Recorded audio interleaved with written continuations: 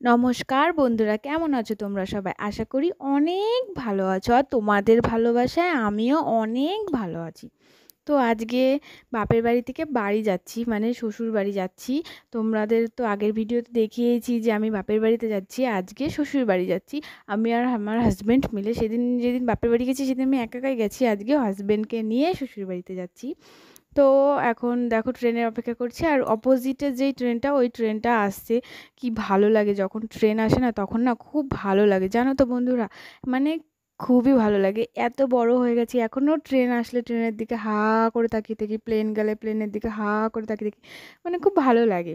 তো দেখো ট্রেনটা যাচ্ছে, খুব সুন্দর লাগছে দেখতে। আমাদের দিকে ট্রেনটা এখনও আসেনি, ওটা আসছে, মানে আর 2-3টে স্টেশন বাকি রয়েছে, ওটাও ঢুকে পড়বে।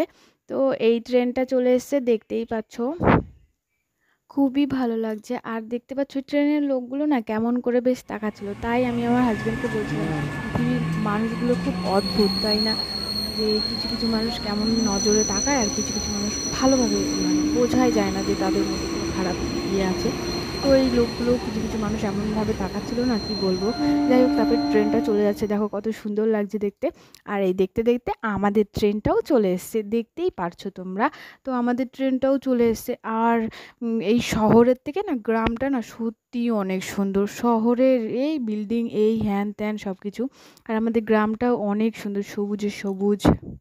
গ্রামে যেখানে যাও সেখানে হচ্ছে শুধু বিল্ডিং আর বিল্ডিং, বিল্ডিং আর বিল্ডিং, গাছপালার তো এখন আর কোনো খোঁজ খবরই নেই। যেখানে যাও সেখানে বিল্ডিং আর বিল্ডিং। আর আমাদের গ্রামের পরিবেশটা সত্যিই অনেক সুন্দর। তো দেখো দেখতে দেখতে আমি ট্রেনে উঠে পড়ছি। ট্রেনে আমাদের ট্রেন তো চলে এসেছে, ট্রেনে উঠে পড়ছি। তো আমার হাজব্যান্ডকে বলছি তুমিও চলে আসো। তো আমরা দুজন উঠে পড়েছি, আমি এখন দাঁড়িয়ে রয়েছি ট্রেনে।